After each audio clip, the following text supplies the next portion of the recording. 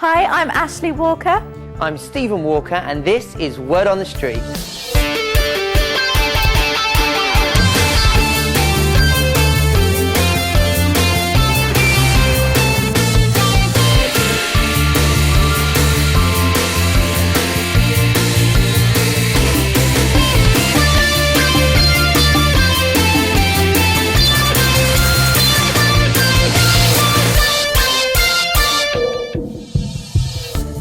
In this week's programme, on a walking tour in Scotland, we go in search of the Loch Ness Monster. I told you we'd find the Loch Ness Monster. We explore our Scottish family history. Walker, yes, it's a very popular Scottish name. We've got it in mugs, ribbons and even a kilt. And along with Scotland, we find out which other 3 countries make up the United Kingdom. Hi and welcome to the programme. Our name Walker is a very common name in Scotland, and although me and Stephen were born in England, we've always had a close connection with Scotland. Scotland, Wales and Northern Ireland, together with England, make up the United Kingdom. They all have their own official language, but English is spoken by most people. And that means you get a variety of accents. You can travel short distances and hear people speaking English in very different ways. And this can be quite different from the English that you hear in the classroom. Don't forget, you can follow each programme on our website. The address is here on the screen. Well, this week we visited Scotland to walk around the Highlands, and we discovered a little more than we expected. Come on then, Stephen. Get up. Let's get going. Right, give me a minute. This is heavy. I hope you've remembered everything. You got your walking boots, haven't you? Yes, I'm wearing them. They're brand new and they're already starting to rub. We've come to Loch Ness in Scotland. We're going on a walking tour of the Highlands. It is such a beautiful place to explore. Thousands of people come here every year and try and take a photo of Nessie, the Loch Ness Monster. Fingers crossed, Ashley. Let's hope we get lucky. Oh, come on, Stephen. You know that's only a story. We're here for the walking. Come on then, let's get going.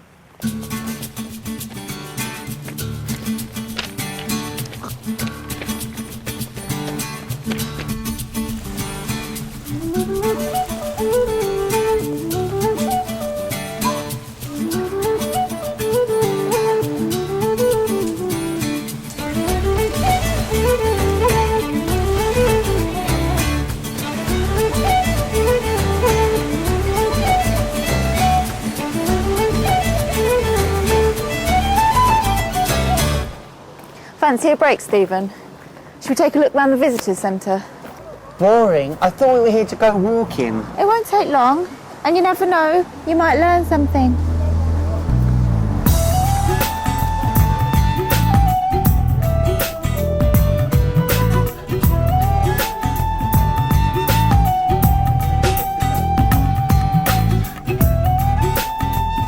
See, Ash, I told you we'd find the Loch Ness Monster. Very first sighting, 7th century. Lives in the loch, possibly related to some species of reptile. Oh, honestly. Wow, I bet it's true. Look at all these photos. I really think we should try and find it. Come on, Ash, it'll be fun. Stephen, it's a waste of time. People made these photos, they're not real. That's ridiculous. Look at all these reports. It's got to be true. There isn't really a monster living in the loch. You'll believe anything. If I saw a real photo of this monster, then I'd believe it. I bet if someone took a photo of the monster, they'd make loads of money.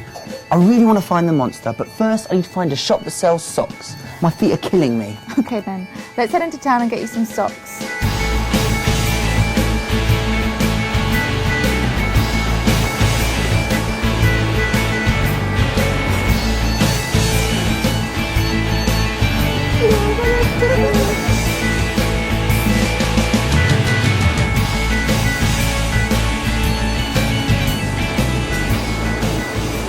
Oh, wait a minute, Stephen.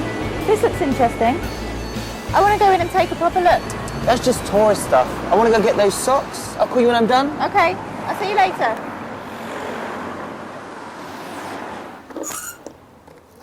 These are amazing. Excuse me, How many different tartans are there? At the last count, there were over 3,000 tartans, with new ones being designed every day. This one's nice. What's this one called? That's the Royal Stuart tartan belonging to the Stuart clan. Every clan has its own tartan. The Mackenzies, the Frasers, the Gordons, and many, many more. What about my surname? Walker. Walker, yes, it's a very popular Scottish name. We've got it in mugs, ribbons, and even a kilt. No way! A Walker tartan kilt! We've also got it in a book here where you can learn about your clan history. Maybe I should get my brother a kilt. No, on second thoughts, he'd probably kill me. I'll just take the book, thanks.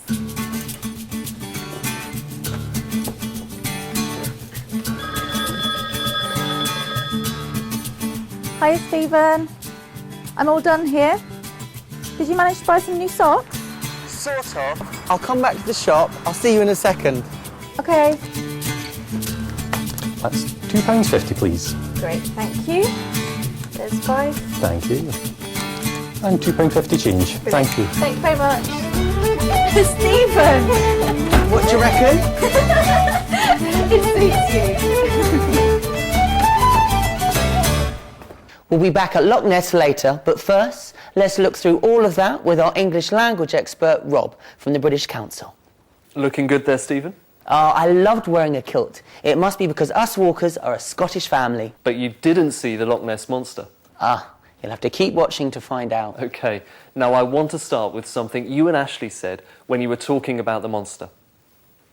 There isn't really a monster living in the loch. You'll believe anything.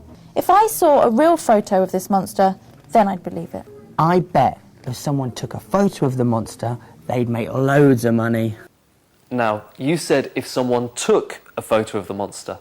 Why did you say if someone took and not if someone takes? Because... No, I don't know. It's what people sometimes call a conditional sentence, but don't worry too much about the name. Now, do you really think someone will take a photo of the Loch Ness Monster? No, probably not. OK, so you're talking about something you think is a bit unreal. It probably won't happen. That's why you used a past tense. Took a photo. Watch again. If I saw a real photo of this monster, then I'd believe it. I bet if someone took a photo of the monster, they'd make loads of money. Ashley does it as well, doesn't she? She says, if I saw a real photo of the monster, I'd believe it. You're right, she does. She says, if I saw a photo, past tense, I would believe it. You said would as well. If someone took a photo, they'd, or they would, make loads of money. The past tense and the would make it clear that you're talking about something unreal, something you think probably won't happen. Look at these two sentences. If it snows tomorrow, I will go skiing. Now, it's winter in the mountains. Will it snow? Maybe. It could snow. OK, now this one. If it snowed tomorrow, I would go skiing. It's summer on the beach. Will it snow? Probably not. OK, so we use if with the past tense. Snowed, took, saw, to show that we don't think it's very possible. I see. As I said, learners might know these kinds of sentences as conditional sentences. If you read a grammar book, there'll be lots of information there about different kinds of conditional sentences. But what's important here is that you both used if and the past tense to talk about something you think probably won't happen. Watch again. If I saw a real photo of this monster, then I'd believe it. I bet if someone took a photo of the monster, they'd make loads of money. So you don't think there's a monster in the loch? Wait and see what happens next. Thanks, Rob. And now it's time for our weekly quiz, Streetwise.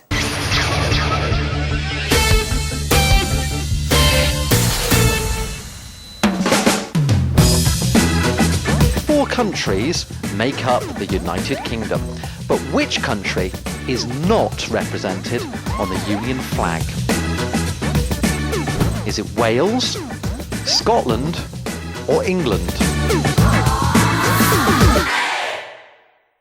Any ideas? Stay watching to find out the answer later in the programme. As we've seen, Scotland has its own very different traditions, but it's only one of the 4 countries that make up our nation. As Nick's been finding out, being British isn't necessarily the same as being English.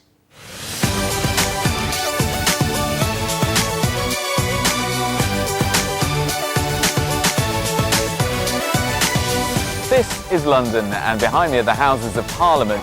Parts of these buildings are more than 900 years old. This is where the laws of the UK are debated and created.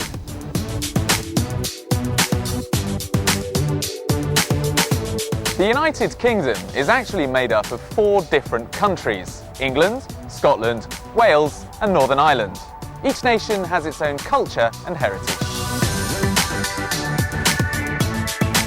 The population of England is around 50 million people. The English are known for drinking tea, the Queen, and talking about the weather. But what are we really like? The English are a tolerant people. They're just enchanting. The English people is very nice. They're so polite and so friendly.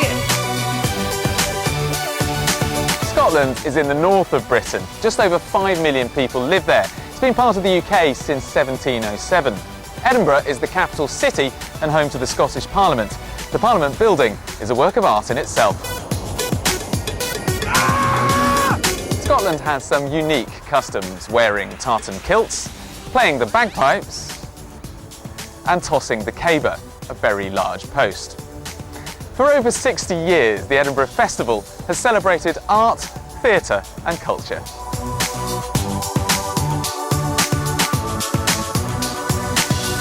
Wales is on the western edge of Britain. It also used to be a separate country, but has been part of the UK for over 400 years.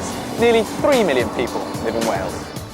One of its symbols is a red dragon, found on the national flag. The Welsh Assembly is in the capital city, Cardiff.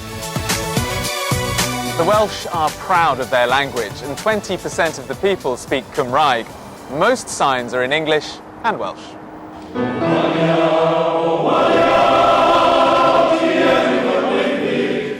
Singing is an important tradition in Wales. People working in coal mines in Wales originally formed male-only choirs. They're still popular today.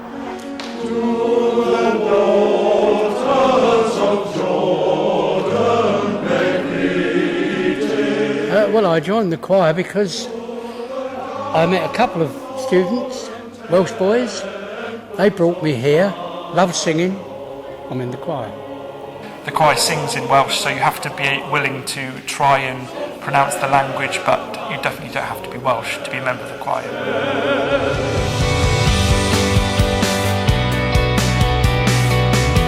Northern Ireland is also part of the United Kingdom. The country is home to just under 2 million people. The capital is Belfast, and for many years, Northern Ireland was a place of conflict. This beautiful country was considered a dangerous place to visit. The Troubles lasted until recent years, when the peace process brought both sides together. Now, both sides share power in the Northern Ireland Assembly. The flag most often used for Northern Ireland shows the red hand, a symbol with a long history in this part of Ireland, and a crown which shows links to the rest of the UK. The culture of Northern Ireland is rich in myth and legend. One story says that the rocks forming the Giant's Causeway were thrown there by an Irish giant during a fight with a Scottish giant. Irish dancing is popular in Northern and Southern Ireland and has been exported around the world. Irish dancing is special because you have to have good posture, arms by your side and crossed feet. I love Irish dancing because it's great exercise and a lot of fun. The 4 countries of the UK have different traditions, but those differences are also strengths and make the UK what it is today. And if you'd like more help with the language you heard there, you can go to our website. The address is on the screen. You're watching Word on the Street. Still to come in the programme, Stephen is still on the lookout for the Loch Ness Monster. And have you worked it out yet? Stay watching to find out the answer to Streetwise.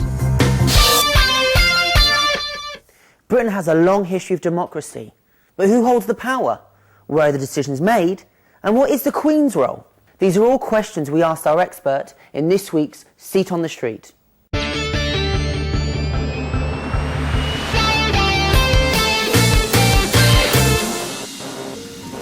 Welcome to Seat on the Street. Hello.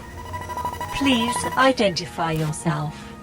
Hello, I'm Rob Watson. I'm the BBC's political correspondent. What type of democracy do we have in the UK? The type of democracy we have in the UK is a parliamentary democracy, and what that means quite simply is that power resides in Parliament. It's not with the President, it's not with the Queen or with the monarch, but in the Parliament. And the Parliament itself consists of two houses, a House of Commons and a House of Lords. Does that mean the Queen has power? Technically, the Queen does have some power. She is, after all, the person that has to give her approval when a government wants to call fresh elections. But the reality is that the Queen doesn't really have any power, and indeed she wouldn't want to. This is a parliamentary democracy, not a monarchy as such. The Queen is quite happy to leave the politicians to run the country. Who makes the laws? It's Parliament that makes the laws in Britain, and it's the government which goes to Parliament and says, these are the laws that we want passed. And the laws that they propose have to get the approval of both the House of Commons and the House of Lords. Does the UK have a constitution? The United Kingdom does not have a written constitution. Indeed, that's one of the things that really marks Britain out from most other Western democracies, where they do have such constitutions. But Britain, its parliament, its system, its laws have just evolved over hundreds of years, and nobody has written it down. Is the system changing? The system is changing. I'm not sure if one would say a lot. There are now parliaments in Wales and in Scotland, and there have been changes to how the House of Lords is made up.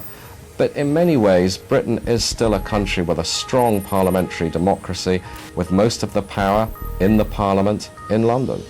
Are there people who want it to change even more? There are people who say that there should be more change in Britain, that perhaps there could be a Bill of Rights setting out the rights of citizens, or perhaps that there could be a written constitution. But, you know, it's been said that you need to have a revolution to have radical change, and there isn't much sign of revolution in the air in Britain. Thank you for taking part in Seat on the Street. My pleasure. OK, let's go straight back to Loch Ness and see how me and Ashley got on. Remember, Stephen was still hoping to see the monster, so we headed out onto the loch.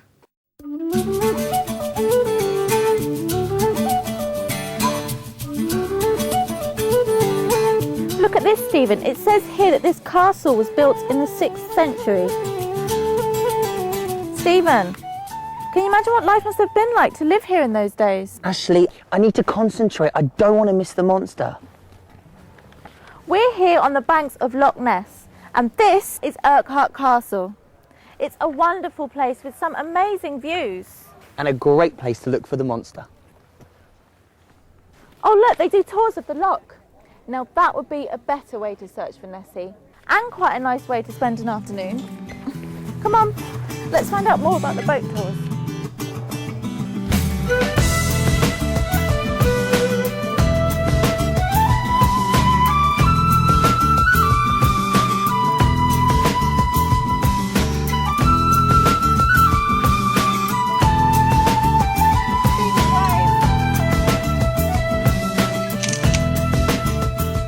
Leave from over there. Come on, let's see if we can get some tickets.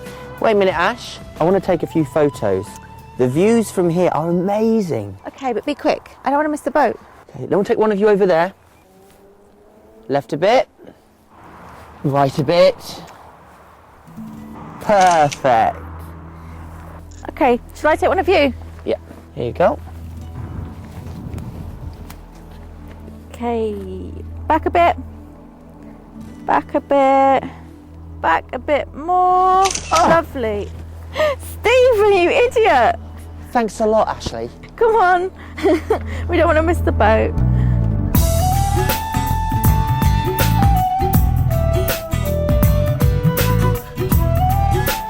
Excuse me, is this the Loch Ness tour boat? Yes, indeed. Yep. Have you got a ticket for me? Oh, yep. Okay, thank you. Great, thank you very much.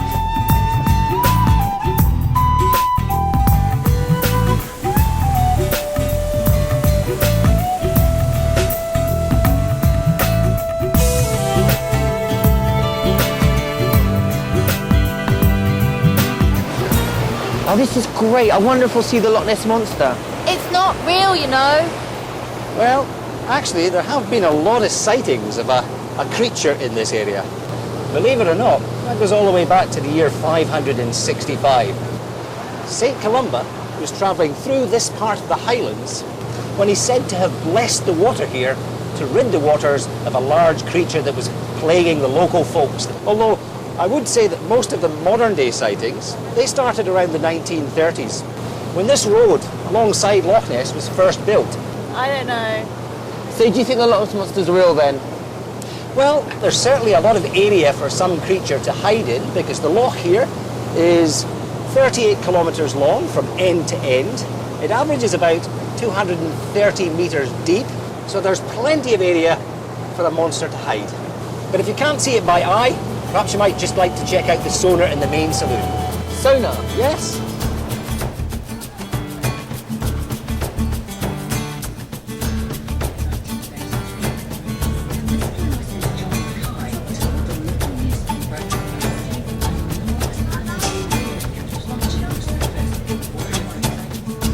I'm going to go to the front of the boat for a better view.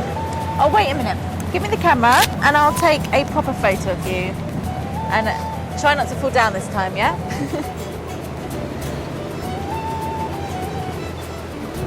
Stephen? Look at this.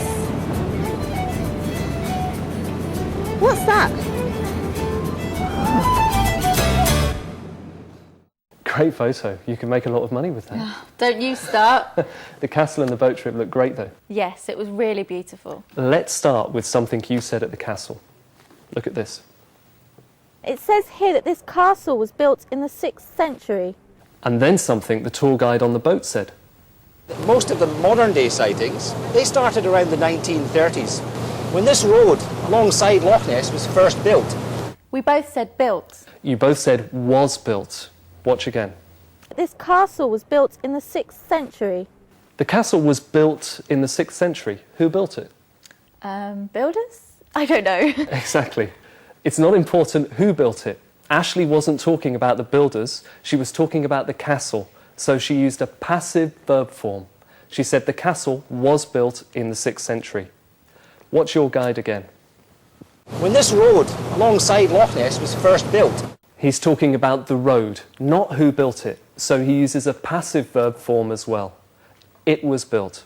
The same one that you used. Look at two more examples. Chocolate is made from cocoa beans. What's this sentence about?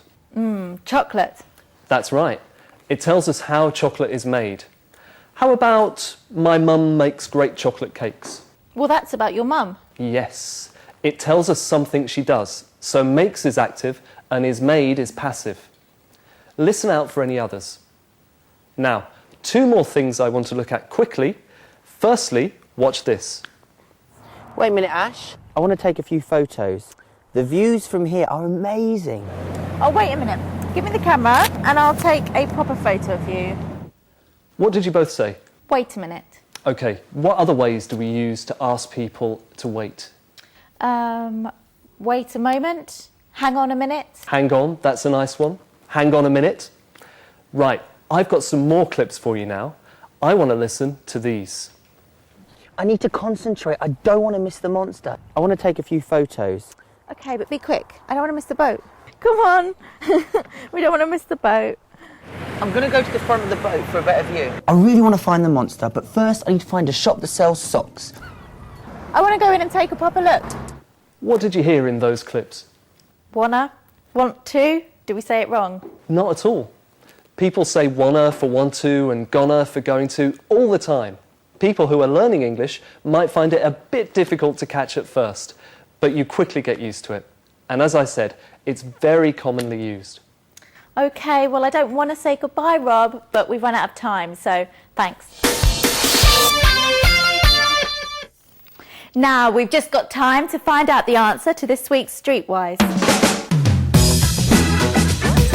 4 countries make up the United Kingdom, but which country is not represented on the Union flag? Is it Wales, Scotland, or England? And the answer is Wales. Their flag, the Dry Gorch, is also known as the Welsh Dragon. I hope you got that. If not, better luck next time. Well, that's about all we have time for now. Before we go, let's look back at today's programme. There were 2 main grammar points. First, we looked at conditional sentences. We talked about things that are a bit unreal. If someone took a photo of the Loch Ness Monster, we use the past tense there, took, because we're talking about something that isn't very real. If I saw a photo of the monster, I would believe it. Then I talked about passive sentences, like the castle was built in the 6th century. When we don't know who did it, or it's not important who did it, we can use a passive verb form, like chocolate is made from cocoa beans. Finally, we looked at some pronunciation. I want to take a few photos. I want to go in and take a look. Remember that we often say wanna for want to, and gonna for going to. And I'm going to end there. Don't forget to visit our website for more help with your English. Thanks, Rob. From Ashley, Rob and me, goodbye. Goodbye. Bye.